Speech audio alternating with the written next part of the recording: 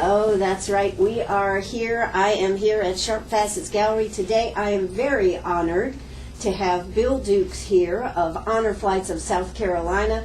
And I tell you what, we've been having so much conversation about so many other things. We haven't even talked about what we're supposed to be talking about. So, Bill, welcome to the show today. Thank you very, very much. It's a pleasure to be here. It is great. And, of course, currently, I guess you're doing this and slowing down a little bit. You started the Blue Marlin down there in Columbia, correct? Yeah.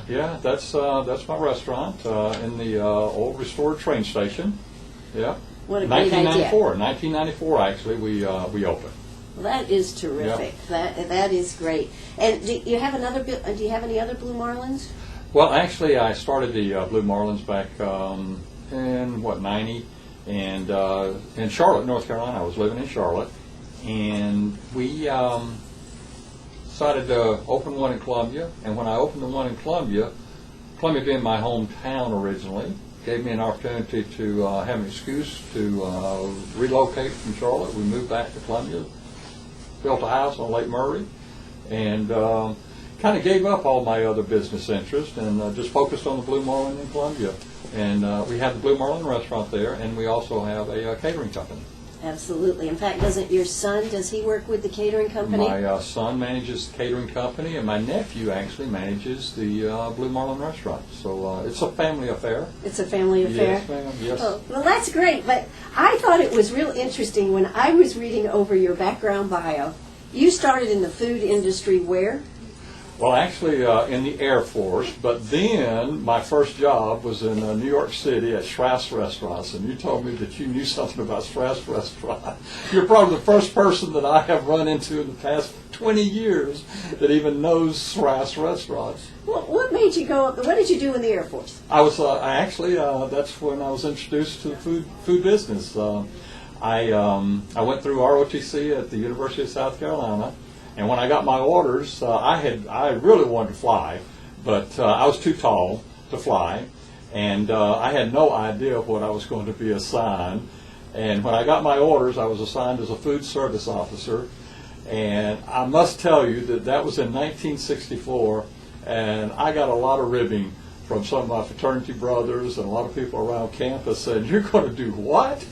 And if you can remember back in 1964, food service was McDonald's and those people that wore those white hats and white shirts and black bow ties. And you deserve a break today. That was it. And so, but as it turns out, I went in the Air Force and I became a club officer. So I managed officers clubs for 4 years in the Air Force. And when I got out, that defined my career path. And I am blessed. Had it not been for the Air Force, I don't have any idea what I'd be doing right now. But I've been in the food service business ever since, and as I say, I've been very, very blessed. Absolutely. Now, when I was reading, when you were in Thailand, I was, and yes. You had to interview the acts, the entertainment. I read that now, Bill. Well, where did you read all this stuff? I thought when you asked me, you must have really gone back to find some of this stuff. Yeah, that was pretty cool. Not only did I get to interview him, I got to go to Bangkok to, see and interview. And besides that, I had to go to Bangkok because our base in the Air Force was in central Thailand, and it was Korat. And we got all of our food and social beverages, through the Navy commissary, and that was in Bangkok. And so I would have to go down there periodically. Now here I am, a second lieutenant, by the way. Right. So I mean, I'm on the bottom there, but I'm getting one heck of an experience. But I had a great time over there. It was wonderful, and actually 12 years ago, had the opportunity to go back. Wow. Took a trip, cruise. What did you feel about going back? Huh? What did you feel about that? Well, I'll tell you, it was, I was able to take my wife, and not only that, but I went with a church group. My pastor had been a missionary in Malaysia, and so we hooked up in Hong Kong. But there were two things that really happened, three situations that occurred on that trip that I was able to do. One was my father, and this ties into World War II. My father was in the war. He was in the Pacific, and Dad was at the Leyte, Gulf of Leyte. He was in the Army, and then before he came home, he was part of the Army of Occupation that landed in Japan. Wow. And so Dad would talk about a little bit about being over there in Japan and seeing Mount Fuji and all this kind of stuff. So when we had this opportunity to take this trip back to the Southeast Asia, I wanted my mom and Dad to go, and I'd always remember Dad talking about Japan. So we were able to work it out so that we went over early, and we went to Tokyo. And we spent time there, and my dad got to see Mount Fuji again. And he was, at that time, probably 80 years old. And then we left from there, and then we got on our cruise. And one of the stops on the cruise ship was, I think it was Nha Trang in Vietnam. And I'll never forget that, because when we docked, the celebration by the people there was firecrackers. So they were celebrating you coming? They were celebrating that cruise ship. You coming, yeah. Coming. But I got to tell you, that was the eeriest feeling, and I actually ducked, because I heard all I could think about Vietnam was in the back of your mind. What had happened many years before, and I just I'm not sure that I ducked as much as I flinched, and to kind of get my, where am I? What's going on? Exactly. And then I realized, oh, okay, that's what's going on. They're just firecrackers. Sure. And so then we completed our trip by being in Bangkok, and it did bring back tremendous memories. City much bigger than I think I remember it being, and but the klongs were still there.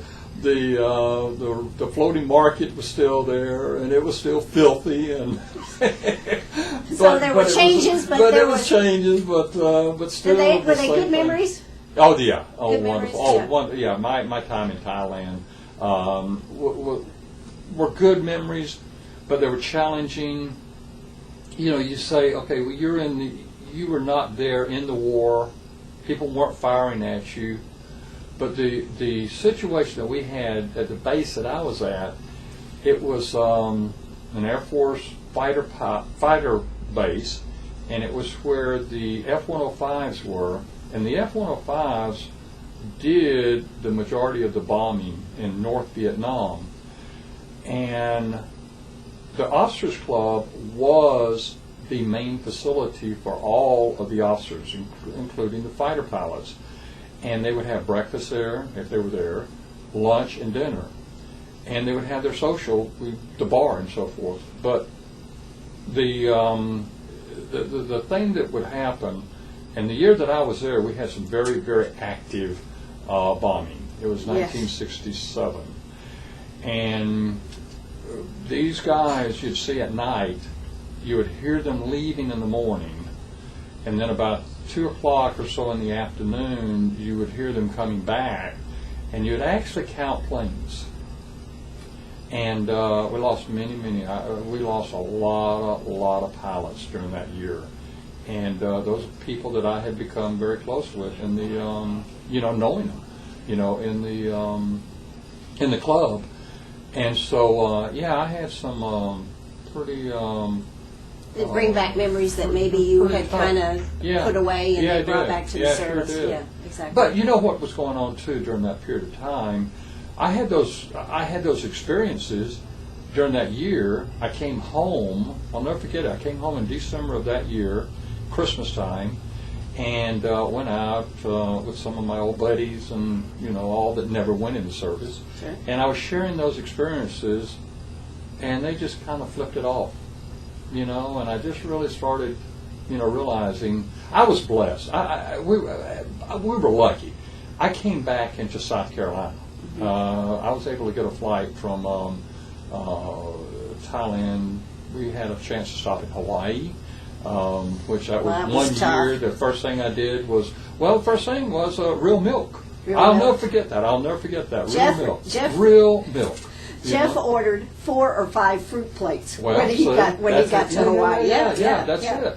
And then from Hawaii, we came back to Charleston, and so we were lucky. And when I say lucky, lucky compared to the guys and gals that were coming back into California, because if they came back into California and they were going to be in any civilian airport or out in the civilian world, they weren't wearing their uniforms, you know, because of the way they were being treated. So that was a time, that was a period of our, you know, of our... It's a sad time in our history, It was yes. sad. It was sad. And thank God we're Yeah. bringing the people back Golly, today. man, and, I'll tell you. See, that's why we were talking earlier.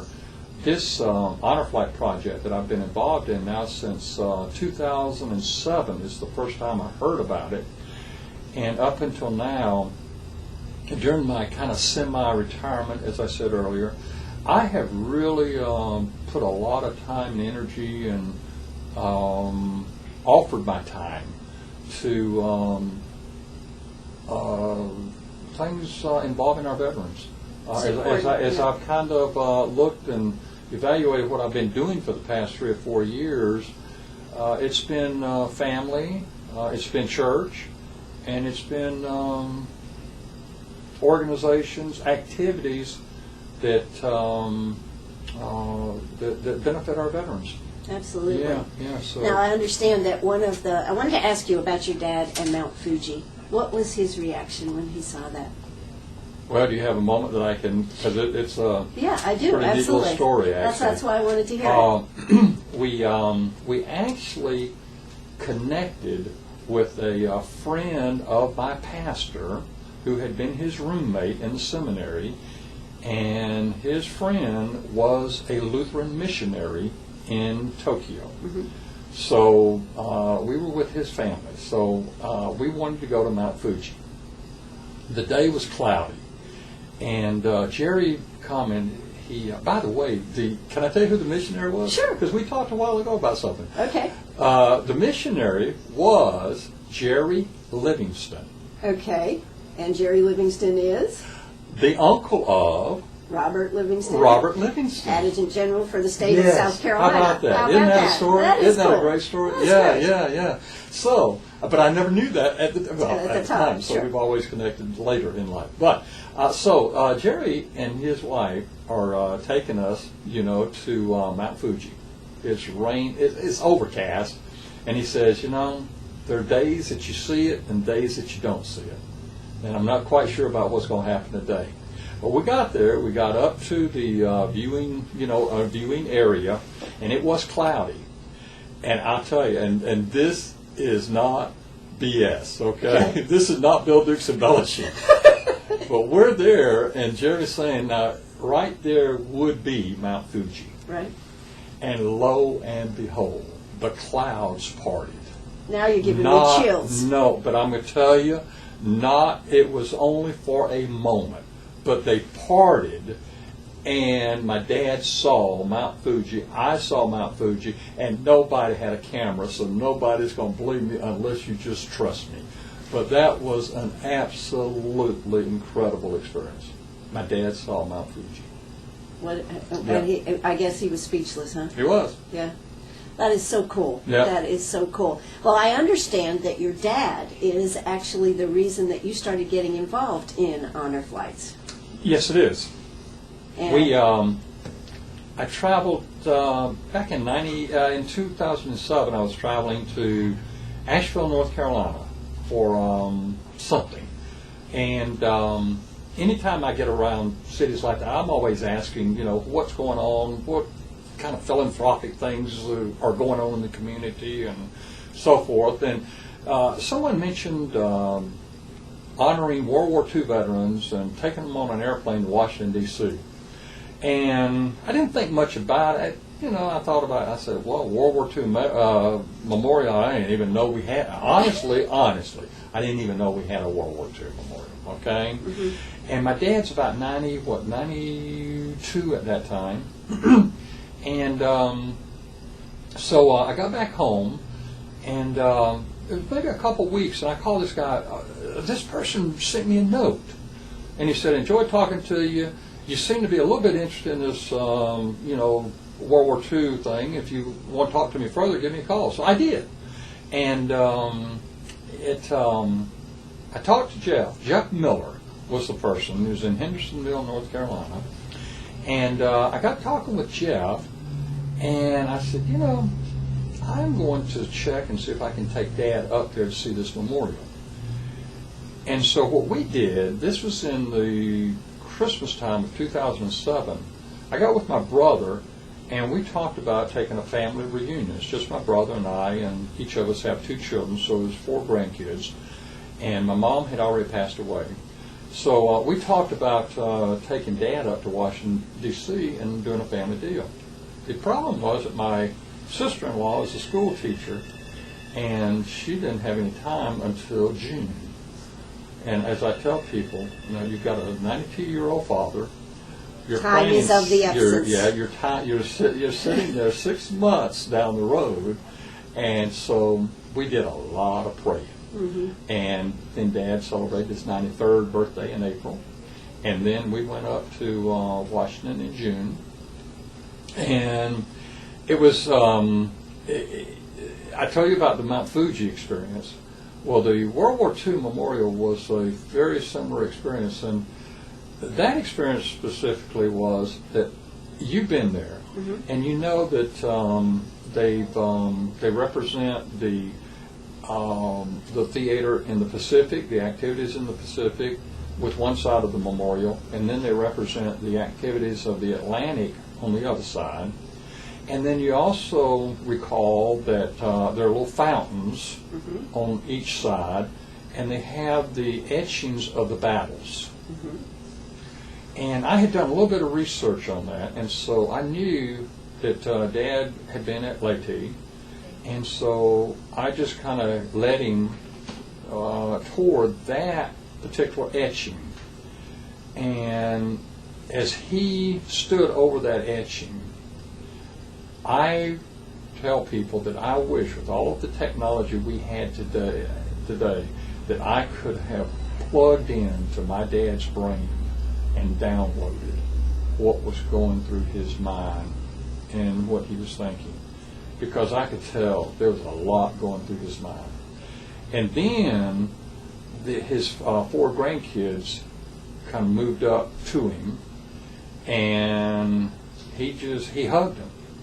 And they hugged him, and he just he kind of said, well, this is where I was, and then just started talking. And so here my brother and me and our wives are kind of leaning in, trying to hear what he's telling them. And we picked up on a couple things that we'd never heard, but that's what happened. His recall, came there. And then I will tell you that that for our family was probably one of the most emotional times that we've ever had together. And it was really reinforced then by so many of the visitors to the memorial that recognized that my dad, was probably a World War II veteran. Sure. And the numbers of people that just came over and talked to him, thanked him, and then Dad just kind of became a World War II ambassador in a way. He just started talking and just seemed like he thoroughly enjoyed it. I bet he stood up straighter. He did. He did. I have talked to Kerry Bolt about this, and Kerry told me, he goes, there is just something about it, and they just stand up straighter. Well, as we continue this conversation, I will tell you, you are absolutely right, because I have seen a lot of World War II veterans that today are standing up a lot straighter than they were before they went on honor flight. Absolutely. And honor flights, we're going to be talking about honor flights. I know you would love to be able to tell people, we have a couple more minutes before we hear South Carolina news, about the fact that what the South Carolina electric cooperatives came on and did. Oh, yes, absolutely. We'll just talk a little bit about that for a couple of minutes, and then we'll come back after the news. Well, we were, last year we took our 9th flight, And we were really concerned about, did we have, what was the waiting list for veterans, and what was our financial situation. And I've always taken the approach that we're going to figure out a way to do it. But in November, it was probably October, November of last year, I get a call, from the executive director, Mike Cook, from the executive director saying that, Bill, we're looking for something to do. We want to reach out, and we've got these 20 electrical co-ops, et cetera, et cetera. And what we're thinking of doing is thinking of sponsoring an honor flight. I said, Mike, I can't believe that. I mean, I've been sitting here for 2 weeks trying to figure out what I'm going to do for the spring. And he said, well, I tell you, I haven't talked to my board yet, but I've talked to some people. And there's an attitude that, that they think that this might be something great. Well, bottom line is that in December I went to their board meeting and their conference, and they presented us a check for $60,000 in sponsorship for an honor flight. And that flight's going to be leaving April the 11th. And you've got two of those cooperatives right in this area, Lawrence, I believe, and Little River. Right. Right? Yeah, exactly. And each one of those. Well, I got to tell you, the most exciting thing is that I didn't know that we didn't know where all our World War II veterans were, but I knew there were more out there.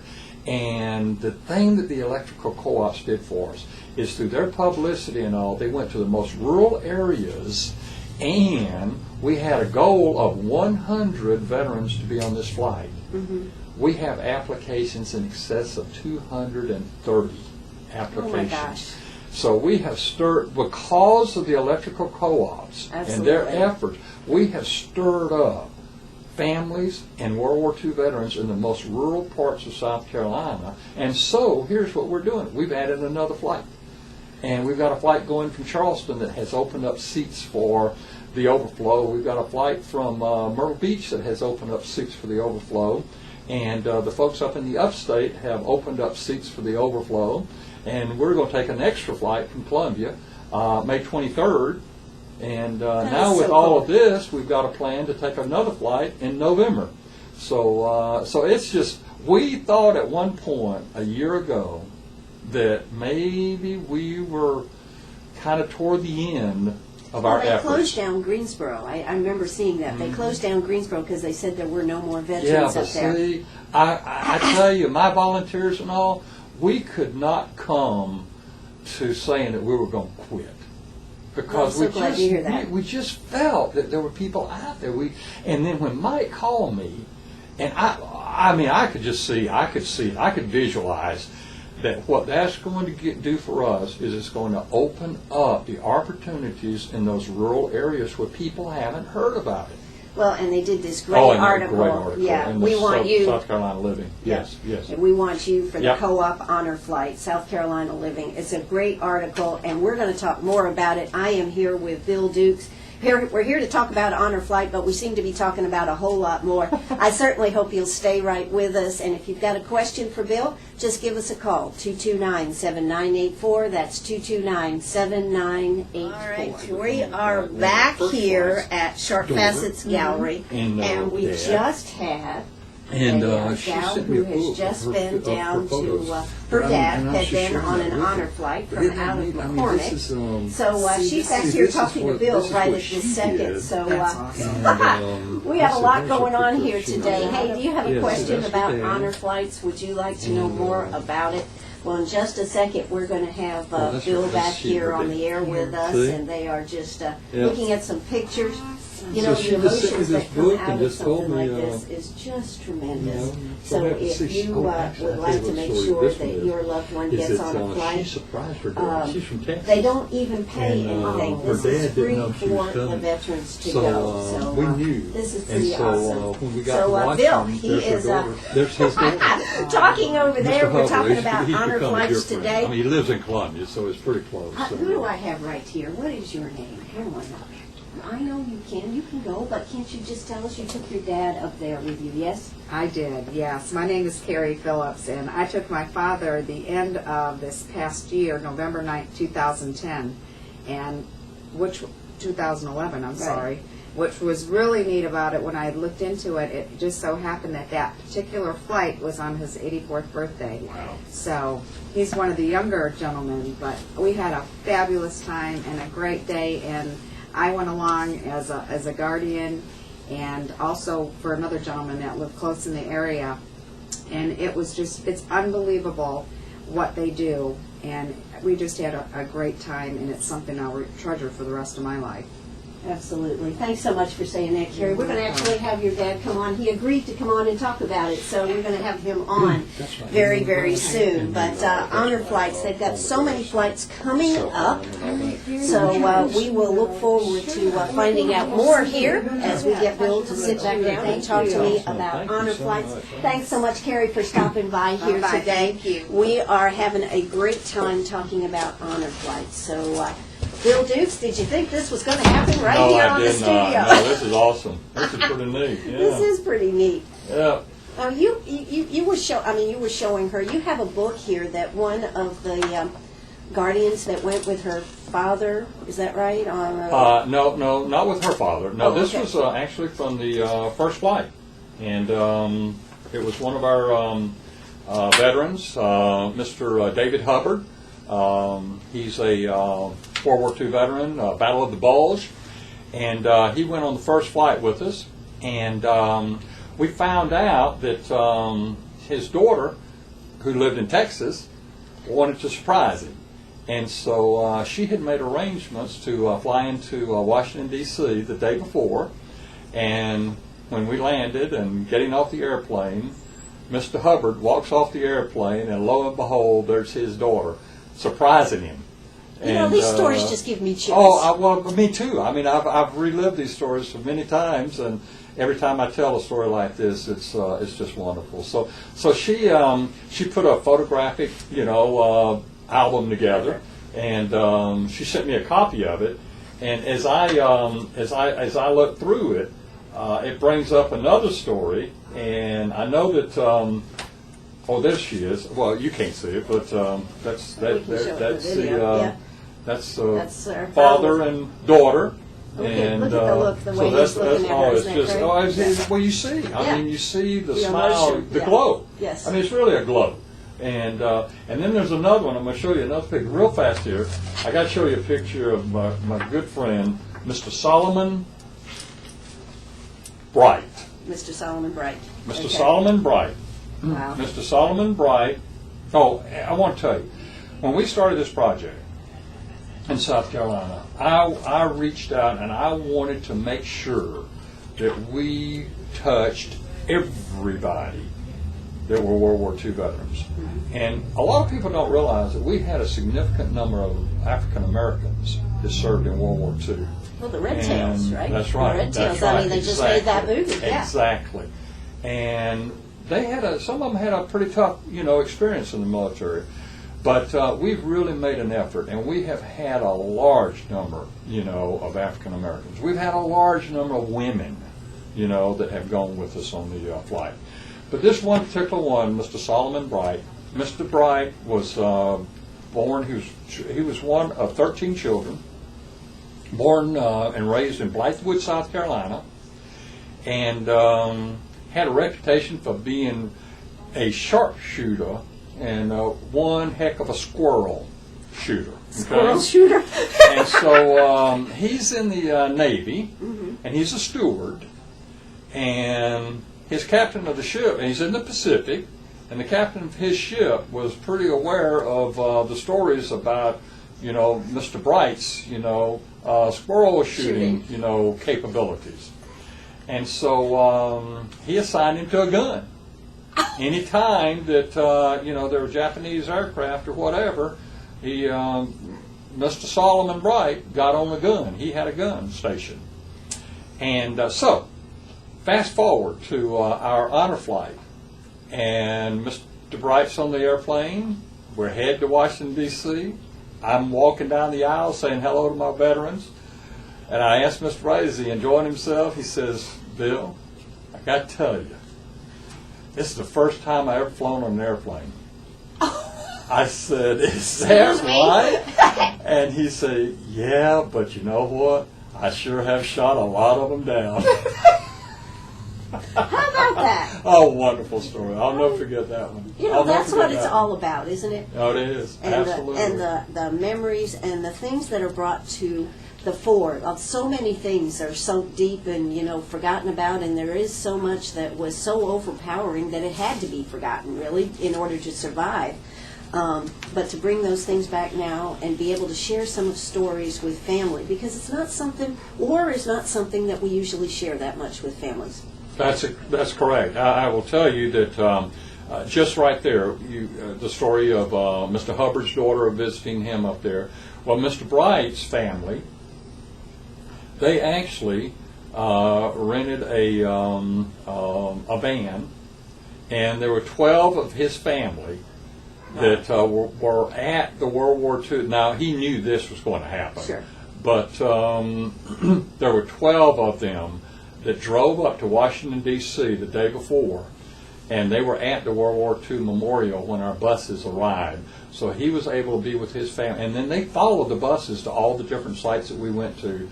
So he had a family, you know, that was with him throughout the And I entire bet they day were up there. thrilled to be Oh, able to absolutely, absolutely. And well, there's just so many things that happen, so many positive things that come out of this. There's some tragic things, there's some challenging things. I'll never forget that our first flight was November of 2008, Veterans Day week, and 2 weeks we had sent out all the invitations, made phone calls, and 4 weeks before our flight, we got a phone call that one of our veterans had passed away. 1 week before the flight, we got another phone call that another veteran had passed away. And so when we got to Washington, D.C., it was we had a ceremony at the memorial and dedicated flags, you know, in honor of those two veterans, and then brought those flags back to their families. Well, I think that is one of the things about this. It is a time-sensitive Yes. project. It is, absolutely. We're losing. I read Well, different they say figures. you read different things, but I think the number that you'll see that everybody will kind of buy into is probably, you know, 1,000 to between 1,000 and 1,200 a day. It's hard to imagine, well, isn't it? It Yeah. is. But you know, if you pick up your local paper, one time, and this was happening about the time that Mike called me. You know, we were talking about the South Carolina Electrical Cooperatives and how they just answered a prayer. Right. But I know, but for several weeks I've been looking at the obituaries, you know, in the Seeing the newspaper, flags. and I worried about that because I said, okay, wait a minute, does that mean that I'm, you know, at my age right now, I'm at that age that I look at the obituary before I look at the front page? And It happens, Bill. It happens. kind of happens, I guess. But I really was looking at the World War II veterans, and one day there were 4 World War II veterans, and that's a lot. Just for the Columbia Yeah, area. in the Yes. Columbia area, there were 4 World War II veterans that I saw in the obituaries.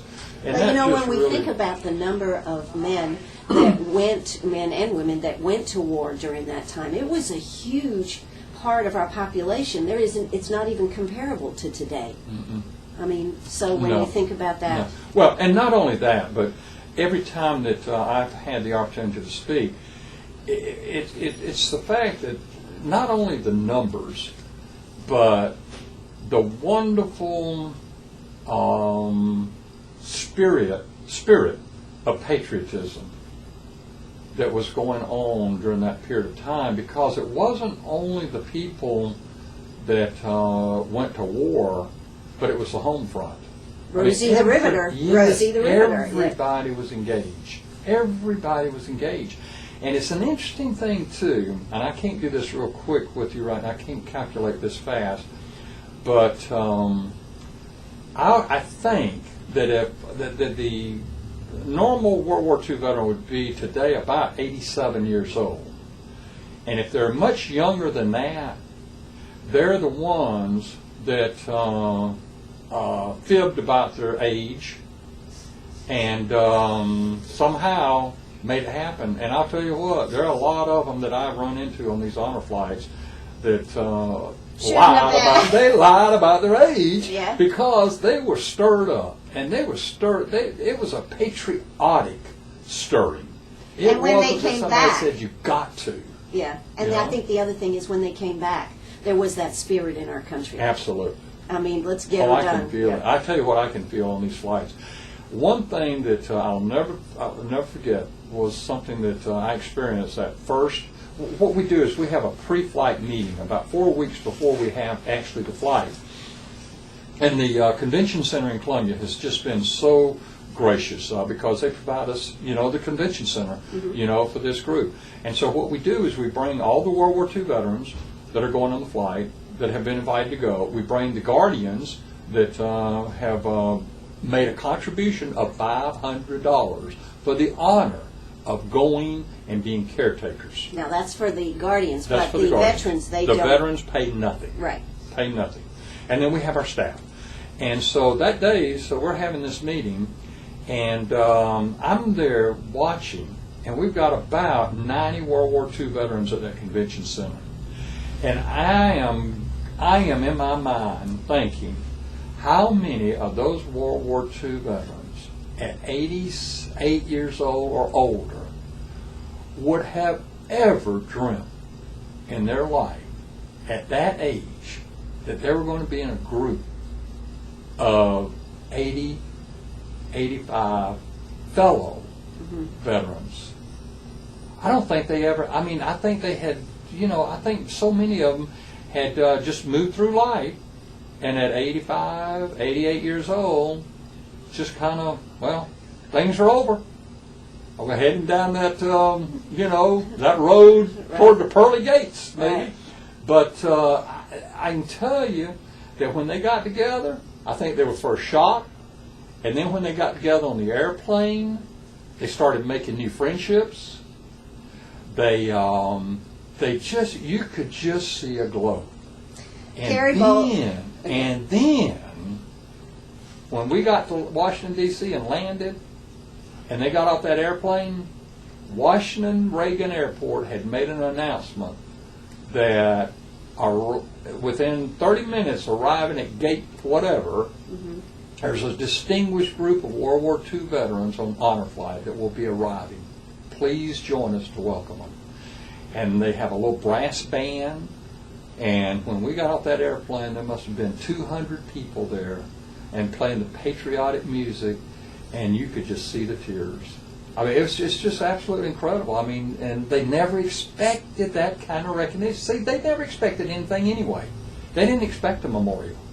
They didn't expect anybody to make a big deal, out of what they had done. They still tell me that today. We didn't expect nobody to make a big deal out of what we done. We just had to do what we had to do. Doing what's necessary. They did what was necessary. And so that's the first big emotional piece.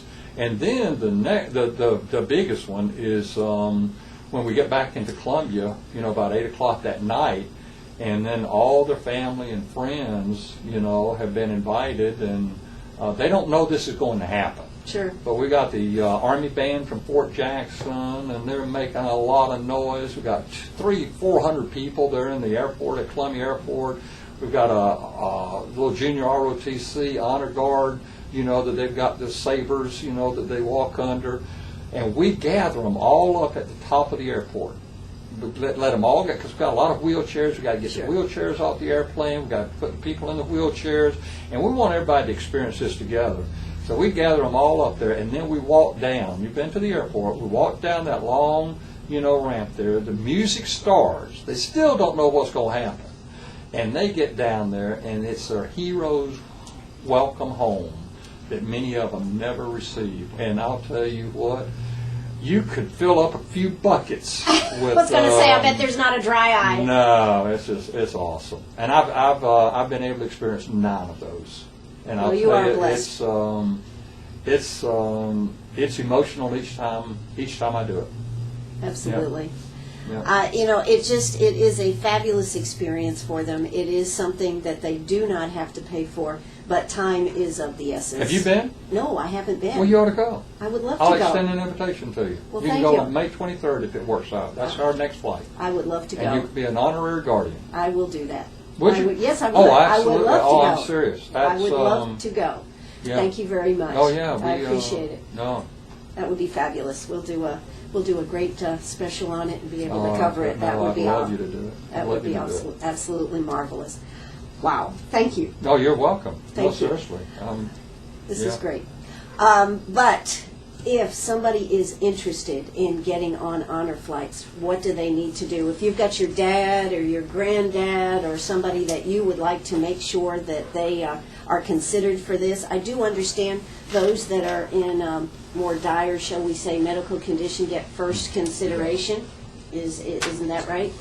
That's correct. Absolutely, that's correct. And they also have, let's see, there's numbers to call in different parts of the state. Let's see, 803-582-8826. That's in the Columbia area. Right. And also the website is www.honorflightsc.com.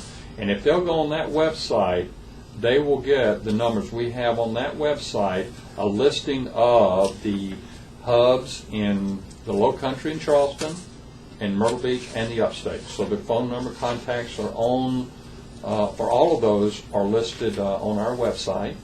And I would say this too, if you don't even know of a veteran, go on the website because we've got a gallery.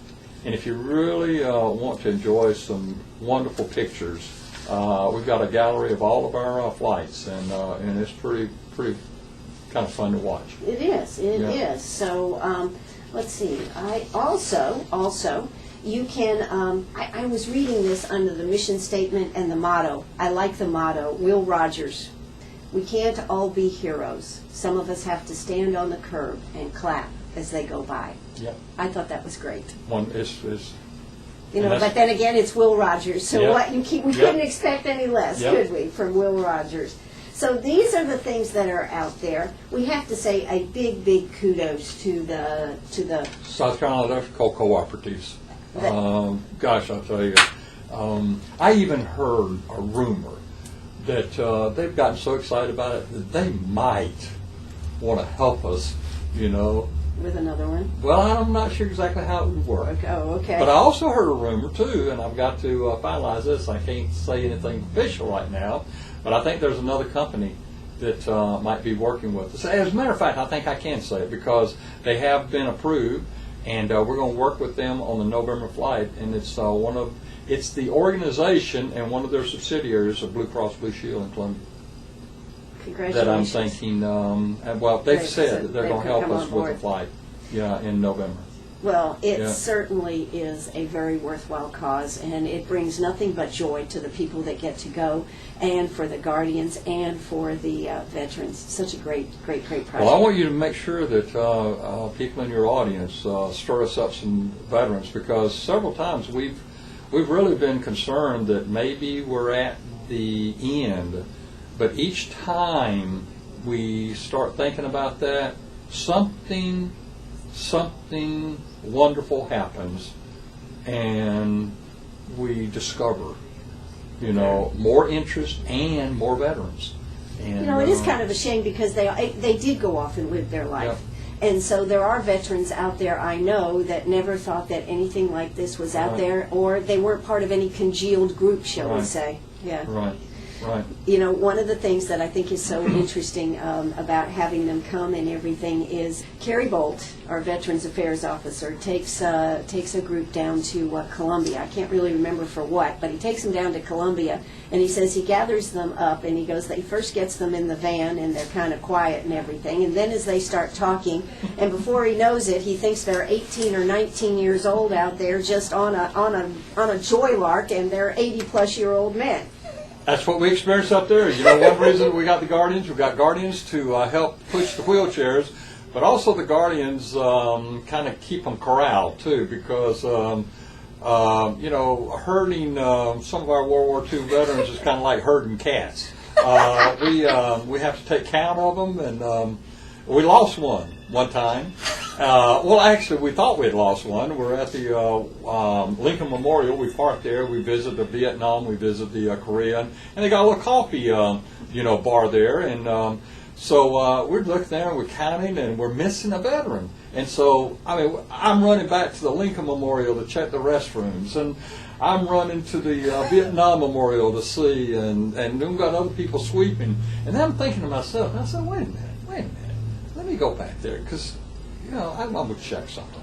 So I go back to this little coffee shop, and I go back behind it, and sitting at that table was my World War II veteran. He's just sitting there just enjoying the view of the Potomac. And I said, Mr. So-and-so, I said, how you doing? He said, I just sitting here just enjoying the day. It's a beautiful day, isn't it? So it's great. It's great. I got a story. Can I tell you a story? Sure, absolutely. One of my World War II veterans, and it's pretty emotional. If you can, and this is good radio story because you can visualize this. Is that this particular World War II veteran, his son had gone to Vietnam, and his son was killed in Vietnam. This veteran had never been to the Vietnam Memorial. The guardian of this veteran had heard the story from the father. And the guardian then went into the Vietnam information site and found the location of the son's name at the Vietnam Memorial. So part of our trip when we go is we take our veterans, park at the Korean, and they get to go to the Korean and the Vietnam. And this guardian then escorted this veteran to the Vietnam Memorial, took his hand, and placed his hand on his son's name. Wow. See, now that is so cool. That is just really puts it all there. I've been to the Vietnam Memorial. They are so good at helping you find the names and everything, but that is so cool. Yeah. I tell you one other thing. The Korean monument there, it is so gaunt, and yet it just amazes me that while we were there last year, first part of May, that there were wreaths from the Korean government still there, still honoring this. I mean, that is to me one of the eeriest monuments there. Surreal. Yes, yes, it is. And This is WLMA right here in Greenwood. Go ahead. Okay. And I will tell you about that memorial. Great. Okay. That memorial, that memorial takes on a whole different appearance and feel if it's misting or raining. Absolutely. It surely does. Hey, Andy, let's take a quick break. I think I've got a surprise guest on the phone that we'll be able to put on the air. So let's take a quick break. We're not going to do the news. Bill, do you have a few minutes? I do, yes. Okay, great. Hold on here then. Let's hear a word from our sponsors, and we'll be right back. I have a very special caller calling in here today. Our former assistant governor here, lieutenant governor, right here. Yes, Andre Bauer. How are you doing today? Doing super, Ann. Good morning. Good afternoon.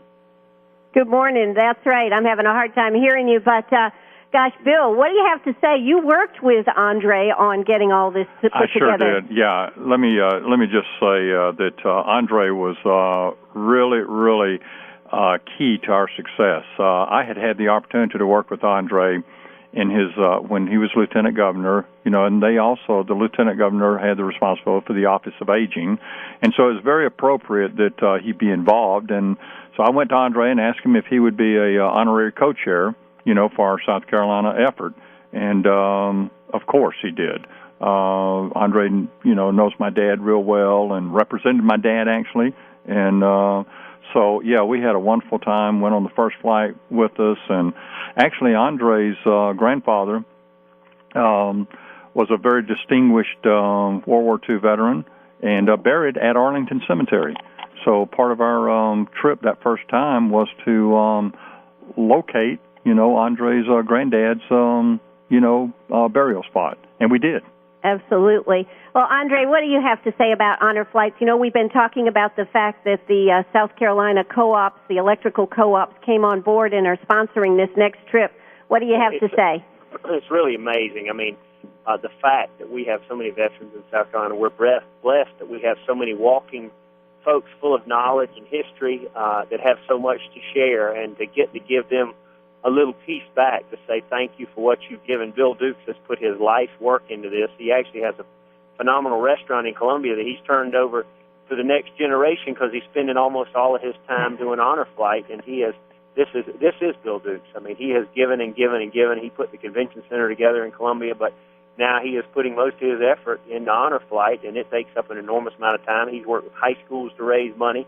Maybe you ought to have a little fund drive on your radio show, Ann. But well, we might could do that. He's done this with private funds. That's amazing. And the fact that the co-ops have gotten together and are willing to do this, more people's lives will be enriched. And I tell you whose lives are enriched the most are people like me that paid to go as a helper. I can't think of what you called it, Bill, but we were the ones that got to hear the stories. We got to see the faces.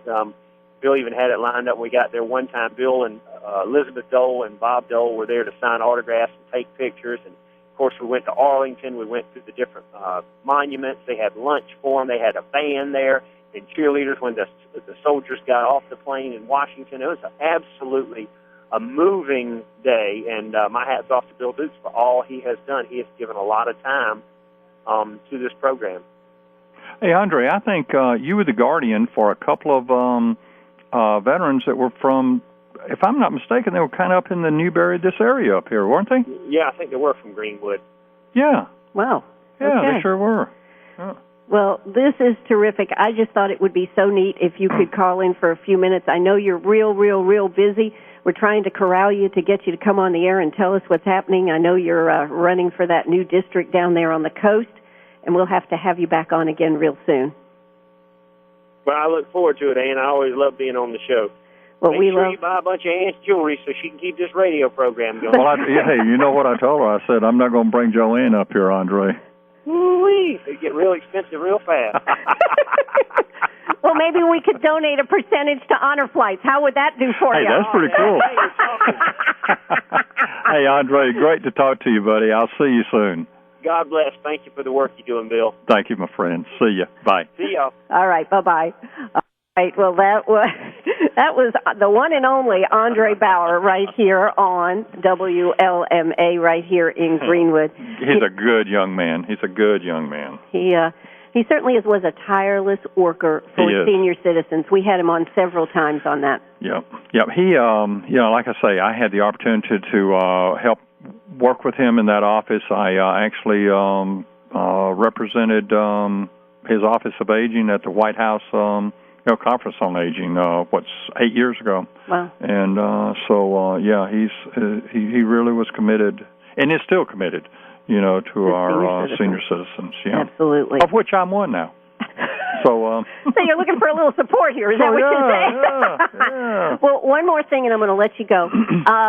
Now, honor flights, of course, we are dealing with our World War II vets, but I do understand that there is a movement on board to futuristically be looking at our Vietnam and Korean War veterans as time goes on.